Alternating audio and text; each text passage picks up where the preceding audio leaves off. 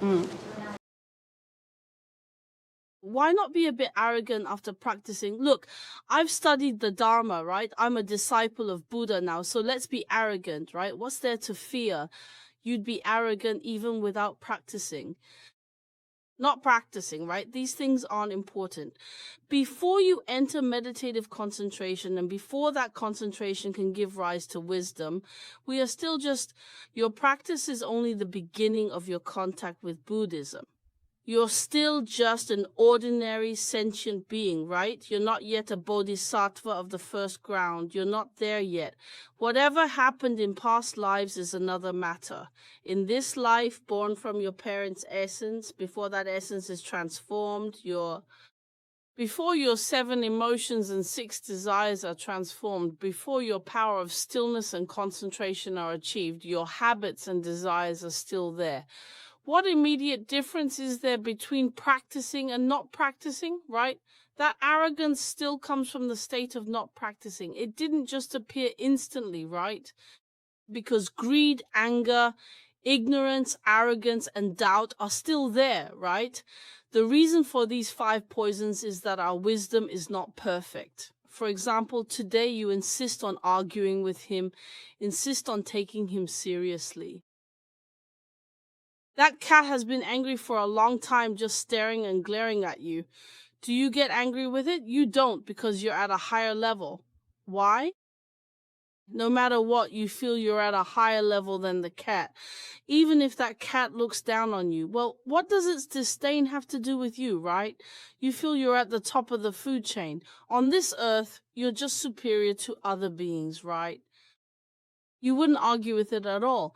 If it scratches you, you still don't argue, right? It scratches you, you give it a kick. If it doesn't leave, you won't go chasing after it to keep kicking it. So why do you take things to heart? It's still a lack of wisdom, right? Why am I arrogant? It's still about taking things to heart. Why the 5 poisons? Not enough wisdom.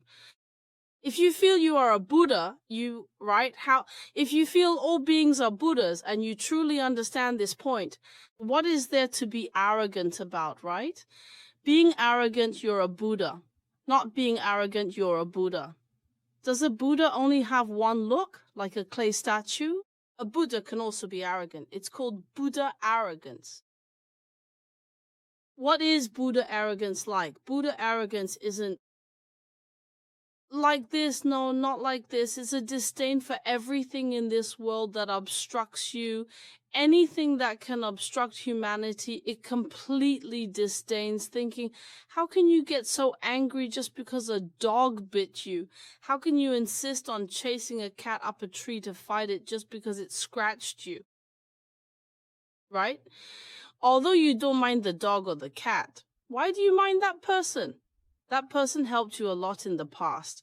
They were with you for a long time and gave you happiness.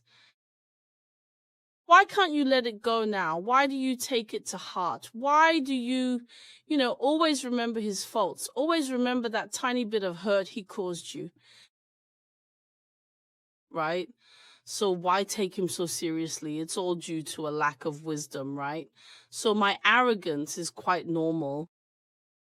So we aren't perfect yet.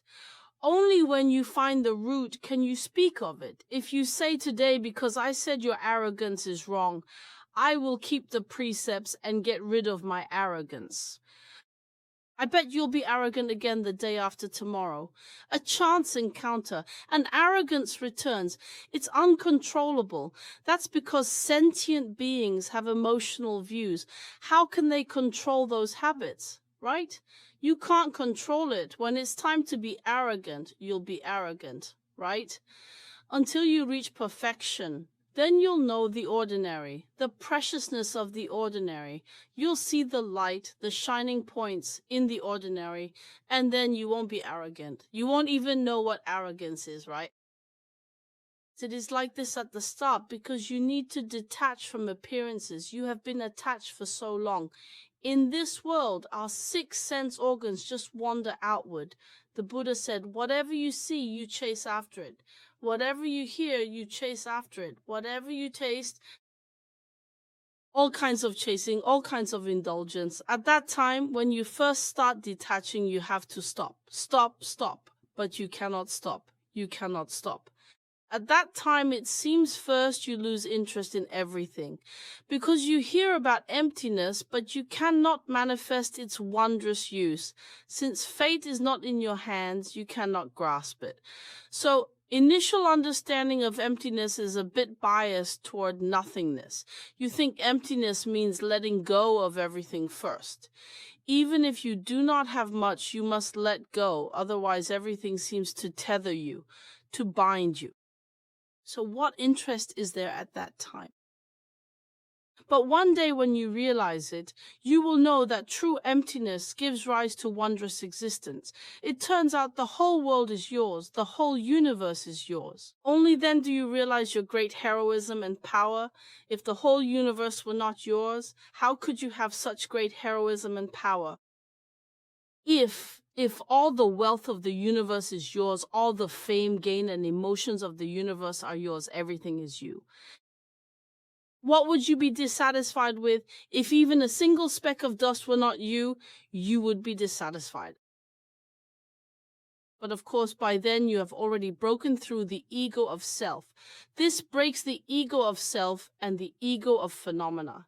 The ego of self is you as a person. That human perspective is called the ego of self. Then the space-time humans see is called the ego of phenomena. You are just breaking these two things because time and space trap you. Do not space-time and sentient beings trap you. Now, for space-time and sentient beings, let us put it another way. The universe, the Milky Way. Does the Milky Way trap you? Does the solar system trap you? Is it not like that? When you think of the universe and all phenomena, everyone thinks of the solar system and the Milky Way. Do you know that only humans think that way, that only humans see it that way? Right? So in space, you cannot see outer space or deep space because you cannot step outside your own cognition, right? For humanity, it is not that our spaceships do not fly far enough. It is that your eyes have limitations, you know? Imagine if you gave an ant a telescope, a magnifying glass, and put it on a spaceship. Could it see you? It could not even figure out your toe, right? Not because it is small, but because of its wisdom, its eyes, and its limitations, right? It looks at your toe and does not recognize it. To the ant, it is just a rock. Such a big rock, like a mountain. It would define it as a mountain, so it just cannot understand, right?